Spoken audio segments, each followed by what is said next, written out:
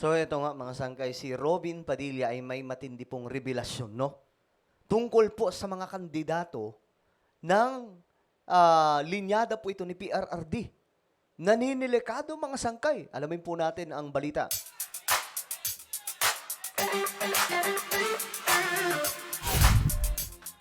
Yo, what's up guys? This is me. I'm back for another vlog today. Kamusta po? Naway ayos lamang po tayo dyan mga sangkay. Ito, pag-uusapan po natin ngayon. Itong inamin po ngayon ni Senator Robin Padilla, no? Mayroon po kasi siyang ni-reveal sa harap ng media patungkol po dito sa mga kakampi nila sa politika. Ano ito mga sangkay? Yan po ang ating pag-uusapan. Bago tayo magsimula, paki-subscribe po muna yung ating YouTube channel. Ayan po, road to 2 million subscribers na po tayo, guys. Grabe, ang bilis. So kung ikaw ay hindi pa po nakakapag-subscribe at gusto pong mapabilang sa dumaraming mga solid sangkay dito sa YouTube, ang gawin nyo lamang, makikita nyo po yung subscribe button sa baba ng video na to. I-click nyo po yung subscribe, i-click nyo po yung bell, at i-click nyo po yung all. Alright?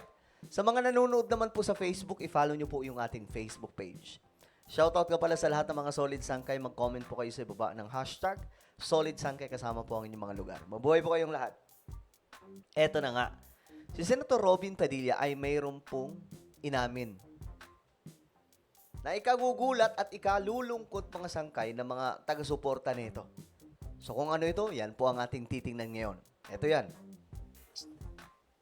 Bok, Mean, nakita rin natin si Senator Robin Padilla sa labas ng ICC Detention Facility at umaasa siya na mabibisita rin niya ang dating Pangulo bilang presidente ng PDP laban. Ang gusto raw niyang gawin ay humingi ng payo kung ano na magiging strategiya ng grupo sa halalan. Okay. Hingi po siya ng payo kay PRRD kung ano po yung magiging strategy na ngayon.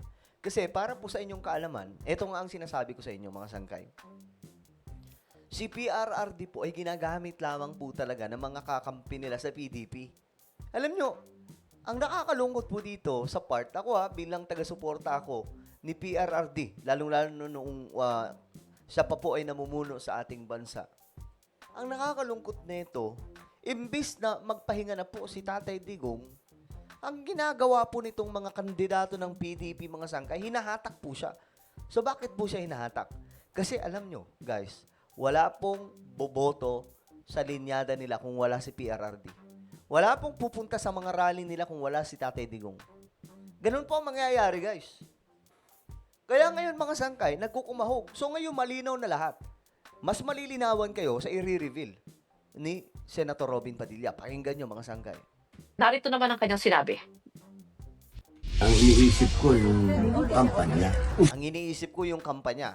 O ano pa? Usapin ng presence ni Mayor, sapul na sapul kami, di ba? O, usapin sa presence ni Mayor, sapul na sapul kami, sabi niya. Yun nga itatanong ko kay Mayor, paano ngayon yun?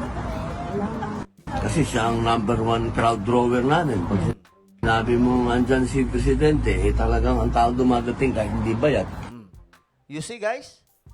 Pag sinabi mong, kumbaga sabi ni Robin Padilla, si PRRD daw po talaga yung naghahatak ng crowd. Pag sinabing PRRD, pumupunta daw po yung tao kahit hindi bayad. So ngayon, problemado sila. Sa madaling sabi, wala pong pabango ngayon. Wala pong, wala mga sangkay talagang lugmok sila kasi sila lang. Mas malinaw na po sa atin ngayon ang role ni PRRD. Ito sabi ko nga mga sangkay, imbis na magpahinga po si Tatay Digong, tinutulungan pa po niya yung mga kakampi niya. Diba, hinahatak pa po siya mga sangkay. Kasi kung wala si PRRD, wala, matatalo halos lahat. O, pakinggan pa po natin ulit. Sa labas ng ICC Detention Facility at umaasa siya na mabibisita rin niya ang dating Pangulo bilang presidente ng PDP laban. Ang gusto raw niyang gawin ay humingi ng payo kung ano na magiging strategiya ng grupo sa halalan. Narito naman ang kanyang sinabi. O, ito pakinggan niyo mabuti mga sangkay. Mapapatunayan natin dito na totoo yung sinasabi natin na kung wala si PRRD, walang pupunta sa kanilang mga pangangampanya. Kung wala si PRRD mga sangkay, wala pong magiging pabango ang PDP. That is why ginagamit lamang po talaga nila si Tate Digong. Hindi na sila naawa mga sangkay. Kita nyo, bakit siya ngayon nasa ICC? Kasi ginamit po nila eh. Sinubuan po nila ng kung ano-anong propaganda laban sa ating pamahalaan hanggang sa nasira po sila ni PBBM at ngayon pinabayaan na po ni PBBM sa ICC. O ngayon, ito, sinabi niya, ito, mapapatunayan natin yan mula mismo sa bibig ni Robin Padilla. Ang iniisip ko yung kampanya. Usapin ng presence ni Mayor, sapul na sapul kami, di ba? Yun nga, itatanong ko kay Mayor, paano ngayon yun? Kasi siya ang number one crowd drawer namin. Pag sinabi mo andyan si Presidente, talagang ang tao dumadating kahit hindi bayad. You see? Inamin po mismo ni Senator Robin Padilla. Si PRRD po talagang naghahatak sa taong bayan para pumunta. Eh ngayon, wala na mga sangkay, diba? Yung paano ngayon yan? Wala naman kaming pera. Lugmok na lugmok po si Senator Robin Padilla. Talagang dito natin makikita mga sangkay yung halaga ngayon ni Tatay Digong. Alam nyo, ganito lang yan eh. Kung hindi sana nila sinubuan mga sangkay ng kung ano-ano mga paninira laban sa ating pamahalaan si Tatay Digong, kasama pa po sana nila ngayon mga sangkay. Siyempre, walang magiging conflict kay PBBM at PRRD. Ipagtatanggol pa rin po ni PBBM si Tatay Digong. Di ba? Kasi alam nyo kung nagkataon mga sangkay, ito lang, ganito lang kasimple. Kung nagkataon na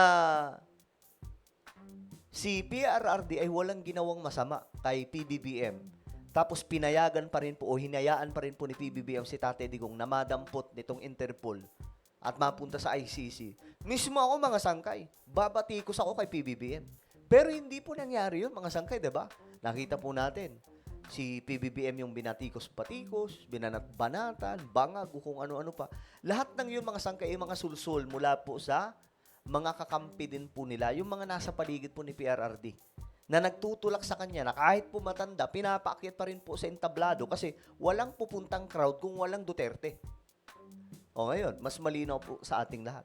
Mas klarong-klaro na po sa ating lahat ngayon, di ba? Mga sangkay. Iba'y pambihira. Problemado sila ngayon. So, ano mangyayari? Matatalo na po silang lahat. Kasi wala na pong dating Pangulong Rodrigo Duterte. Well, ano po ang inyong opinion? Just comment down below. Meron po tayong YouTube channel, Sangkay Revelation. Hanapin niyo po ito sa YouTube, guys. Kapag nakita niyo na, i-click niyo po yung subscribe, i-click ang bell, at i-click niyo po yung all. Okay? Dito nag-upload po tayo ng mga impormasyon patungkol po sa mga nangyayari ngayon sa ating mundo related po sa Bible prophecy. Alright? So ako na po ay magpapaalam. Mag-iingat po ang lahat. God bless everyone.